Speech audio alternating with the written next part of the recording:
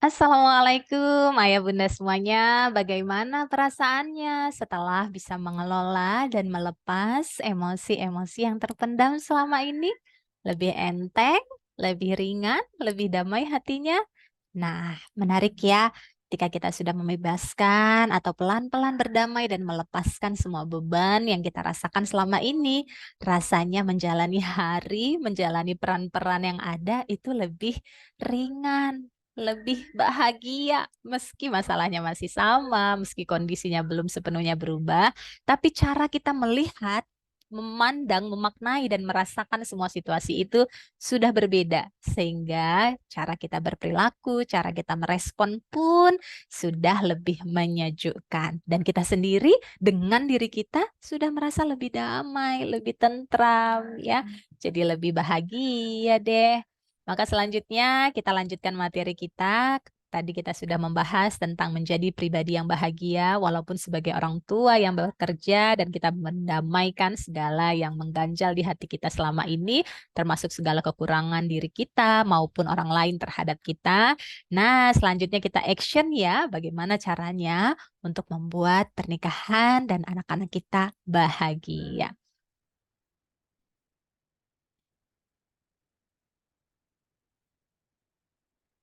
Ya, untuk meraih pernikahan yang bahagia, karena ini menjadi syarat yang juga sangat penting untuk menghadirkan anak-anak yang bahagia, maka kita perlu tahu apa sebenarnya yang paling ditakutkan anak-anak dari orang tuanya. Sehingga kita kok perlu banget sih menghadirkan pernikahan yang bahagia, hubungan yang harmonis dengan pasangan kita.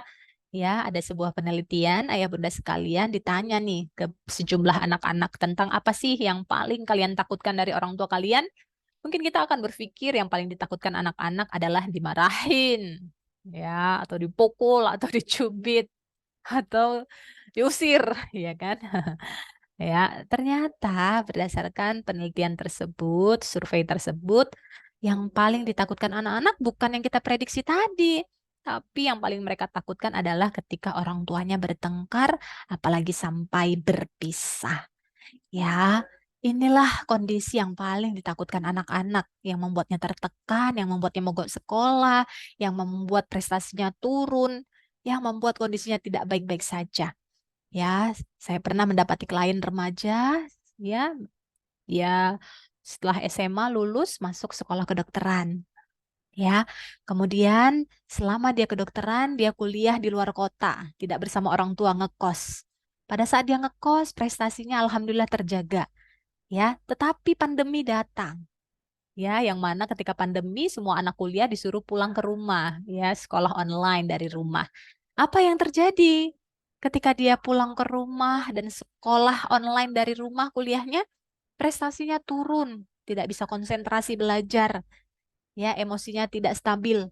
Kenapa? Gitu ya. Padahal dari riwayat sekolahnya dia selalu berprestasi, selalu juara nomor satu, kuliah juga di kedokteran, gitu ya. Tapi ketika pandemi prestasinya turun. Apa penyebabnya? Ya, ternyata sebabnya adalah karena dia sekolah dari rumah. Sebelumnya dia sekolah di pesantren terus, tidak di rumah, iya kan, di pondok prestasinya terjaga. Tapi begitu dia di rumah sekolahnya, masalah muncul. Kenapa? Karena ternyata pada saat di rumah dia banyak menyaksikan pertengkaran orang tuanya, mendengar papa mamanya ribut, saling menyakiti satu sama lain, berteriak, memukul, dan itu membuat dirinya tidak nyaman, tertekan, takut, sedih, kecewa, marah. Tapi nggak bisa lari, mau kemana larinya anak-anak? Ya, jadi meski situasi mencekam, dia tetap harus berada di rumah, mendengarkan dan menyaksikan semua peristiwa yang tidak baik-baik saja tersebut. Inilah justru yang paling membuat anak-anak tersiksa dan mempengaruhi kondisi mental, emosional, psikis, prestasi maupun intelektual, kesehatan lahir batinnya.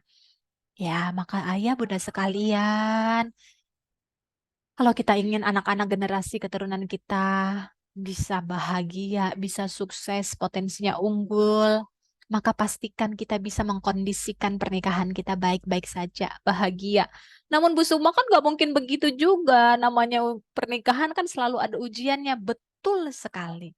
Ya, tapi ujian itu perlu dihadapi, bukan lari. atau mencari pelarian di luar. Ya, kita harus hadapi bersama, saling support. Kalau ada selama ini masalah yang tidak bisa diselesaikan berdua, carilah konsultan pernikahan. Ya, ayah bunda, saya juga melayani konseling pernikahan sehingga memahami betul apa yang sering terjadi dalam banyak rumah tangga. Ya, tidak harus dengan saya, ayah bunda bisa cari konselor pernikahan yang terdekat di kotanya ataupun di daerahnya. Kalau dengan saya bisa secara online ataupun offline ke Semarang. Cari solusinya. Jangan hanya meratapi kondisi yang ada tanpa ada penyelesaian. Kalau masalah itu sudah berlarut-larut, polanya berulang, gitu ya. Ayo dong, selesaikan. Ya, kalau butuh bantuan profesional tentu akan jauh lebih baik sehingga kita bisa melihat dari sudut pandang yang netral dan mendamaikan perasaan-perasaan yang mengganjal selama ini, baik dari pasangan secara langsung maupun dari lingkaran di luar pasangan kita. Itu tadi inner child dari orang tua, inner child dari mertua yang mempengaruhi pola pernikahan kita saat ini. Karena seperti yang disampaikan, kalau tidak diputus rantainya di kita, maka akan menjadi pola yang turun-temurun, baik dalam pernikahan maupun dalam pengasuhan anak.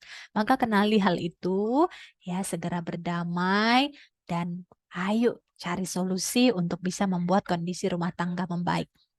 Aduh Bu, kalau misalnya pasangannya tidak bersedia untuk konseling bagaimana? Boleh salah satunya. Ya, ini banyak sekali terjadi ya dan para guru sudah menyampaikan bahwa ketika salah satu saja kondisi emosinya membaik, maka itu akan mempengaruhi vibrasinya ke pasangan maupun anak-anaknya. Jadi misalnya suami istri, hanya istri saja nih yang terdorong untuk berubah ya, dan dia melakukan konseling pernikahan maupun konseling pribadi dan memperbaiki apa yang ada pada dirinya, maka pasangannya juga ternyata ikut berubah. Kondisinya berbeda. Karena ini sesuai dengan janji Allah dalam Quran surat Ar-Rod ayat 11, Allah tidak akan mengubah nasib kita kalau kita sendiri tidak mengubah apa yang ada pada diri kita. Ya, Allah tidak akan mengubah kondisi pernikahan kita, hubungan kita dengan pasangan, kalau kita sendiri tidak mengubah penilaian kita terhadap pasangan kita, perasaan kita, ganjalan kita kepada pasangan tidak kita lepasin, cara kita merespon dan melayani pasangan masih sama, dia nggak akan berubah. Mau nunggu dia berubah dulu baru kita berubah, ya kapan? Dia juga berharap kita berubah dulu baru dia berubah. Nah, repot ya. Nah, maka kalau salah satu saja berubah, maka yang lain akan mengikuti. Ya, karena ketika kita sudah berdamai dengan pasangan kita, menerima dia dengan lebih dan kurangnya, memaafkan kesalahan meski berulang dia lakukan, dan menyerahkan pada Allah jalan keluar, hati kita damai. Nah, maka fungsinya adalah yang perlu kita lakukan ketika ada masalah dengan pasangan, tenangkan diri dulu. Karena saat tenang, solusi datang. Banyak cara yang bisa ayah bunda lakukan untuk meraih ketenangan ini. Bisa dengan ibadah secara khusyuk, ya, bisa dengan melakukan hobi atau hal-hal yang ayah bunda sukai, atau bisa dengan journaling kalau belum sempat ke psikolog atau konsultan. Nah, atau kalau memungkinkan langsung ke konsultan. Nah, cara-cara ini adalah cara yang bisa kita lakukan untuk membuat kondisi kita menjadi lebih tenang, karena saat tenang pikiran kita jadi jernih, kita bisa melihat dari berbagai sudut pandang, kita jadi bisa mengakui bahwa kita juga punya kekurangan dan kesalahan yang juga membuat situasi-situasi itu terjadi dalam kehidupan kita, maka itu akan lebih mudah untuk kita selesaikan ketika kita berfokus pada perubahan diri kita. Ya, cari apa yang bisa diperbaiki dari diri kita.